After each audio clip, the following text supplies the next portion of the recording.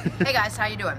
We are back. Ollie was kind of cool, wasn't he? Yeah. You know what I love about people is that you have no idea what you're going to get until you actually take a chance and go in. I agree. You know, we pass people all the time. Now, I would look at a guy like that and be like, financial guy. We have nothing in common.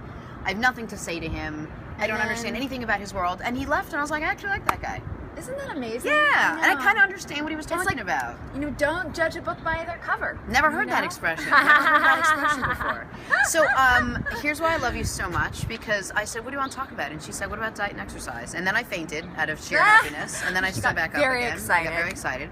And I said, you know, I didn't. I was going to say, what is your diet and exercise thing? Do you work out? Do you not work out? Do you just diet? Do you do both? Well, I have an interesting history because I was once a professional competitive figure skater. Oh my God. So I skated every morning before school at 5 a.m. The triple Lindy? No, what's the triple Lutz? Triple Lutz. The triple Lindy was I love it. Back to school. Wait, what's a Lindy? It's from Rodney Dangerfield. Oh. Like, I know a guy who could do the most amazing dive. And he did Rodney Dangerfield, the back dive. One day we're going to have a segment called Stupid Lines from 80s movies, and that's when you're going to come on. Okay. So anyway, so Wow, so I was a competitive figure skater, but with that came a lot. Came like overachieving. Yeah. You know, sort of this like perfectionist sort of, and with that came eating disorders. Sure. And so my approach is to diet and exercise is very gentle.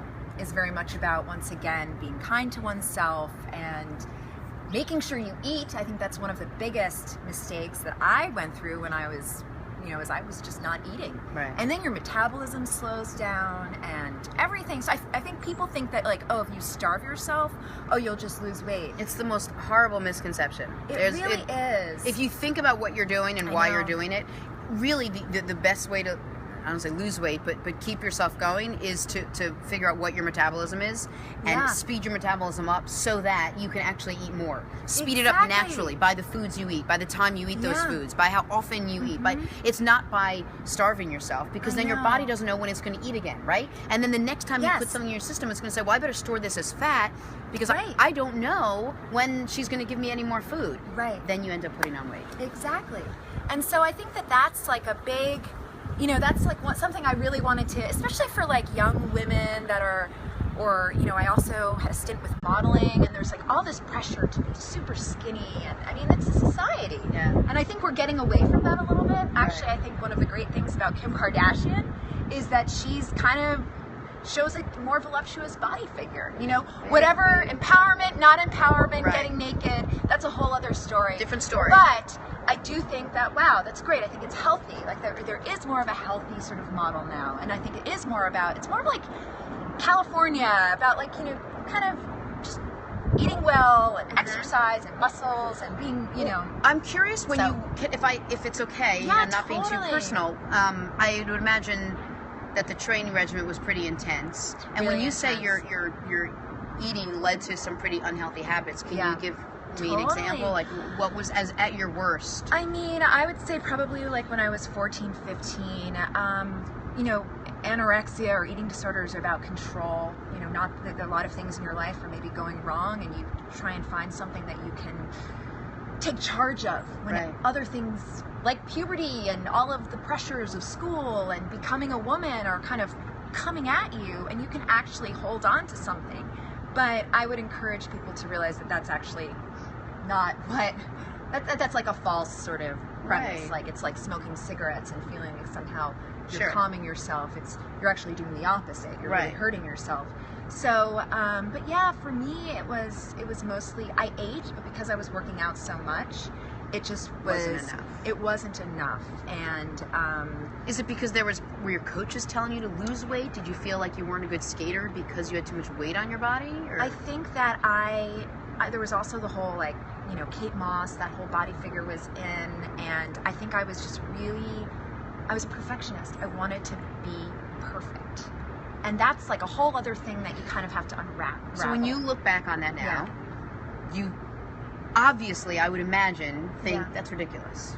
There's no such thing as perfect. I wish I could go back in time and give that little girl a hug. Tell every little girl out there that is going through that right now.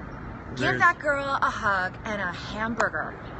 a hug and a hamburger and say you are beautiful and you're okay and you can take up space. I think that's part of it too. Is it's scary to walk down the street when you're like 15 in New York and you're all of a sudden getting attention from men for the first time. I did personally, not every girl. Some girls actually, maybe appreciate the attention, but not lewd attention. But but for me, I actually felt like I wanted to draw within. Right. And so I would go back to that girl and just tell her that I love her and that she's protected and that she's safe and that she can eat.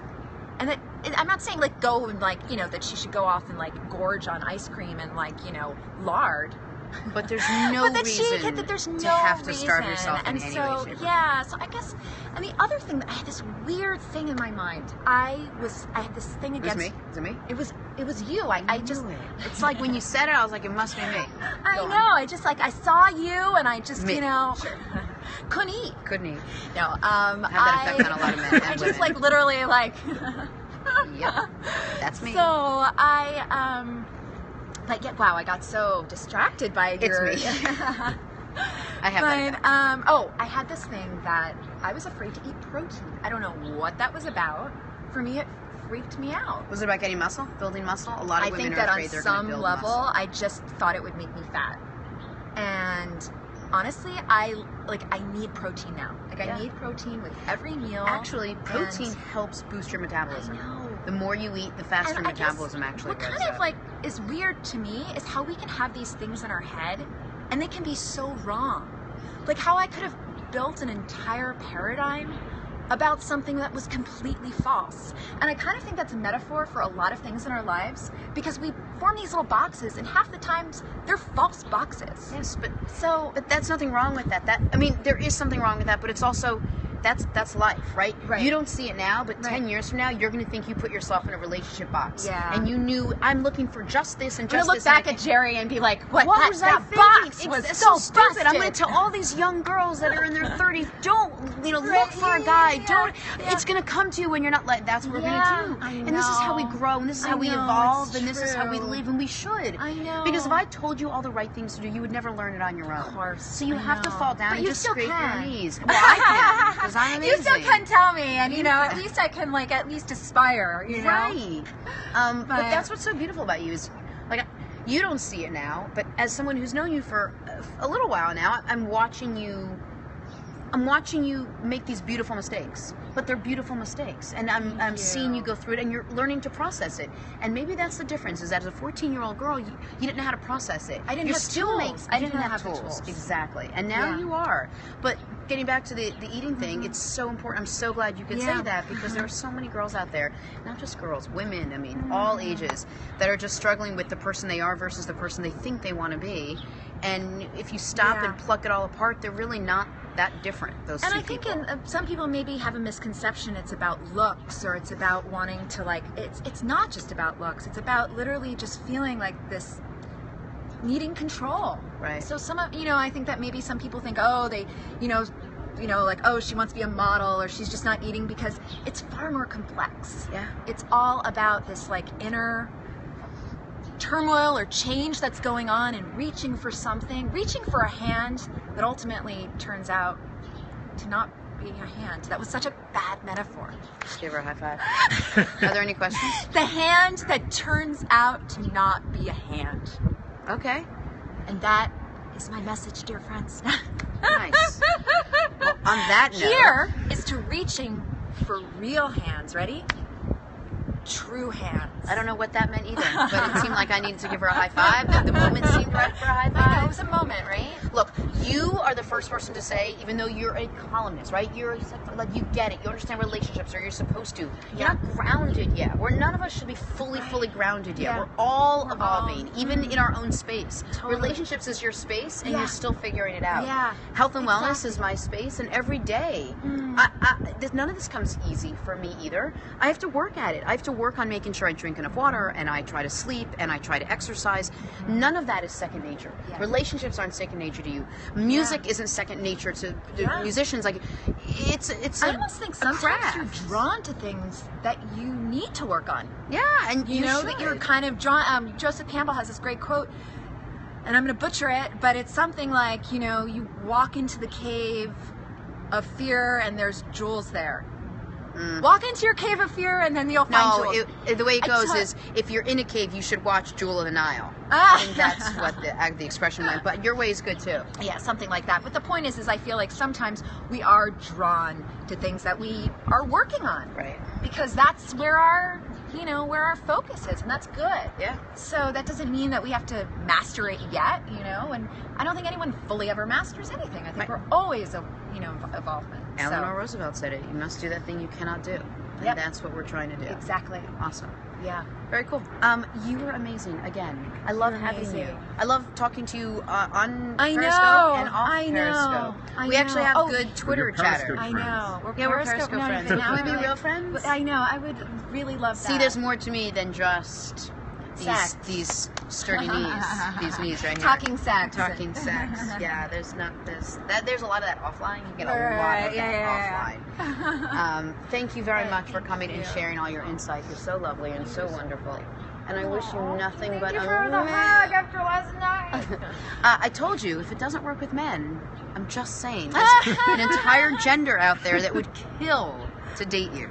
Okay, we'll see how it goes, and you know. And I'm going to set you up with my friend Mason. Let's do it. Let's do one of these things. Just go on a date with him and then come back and tell us about it. Absolutely. Oh, yeah, it'd be a new segment on the show.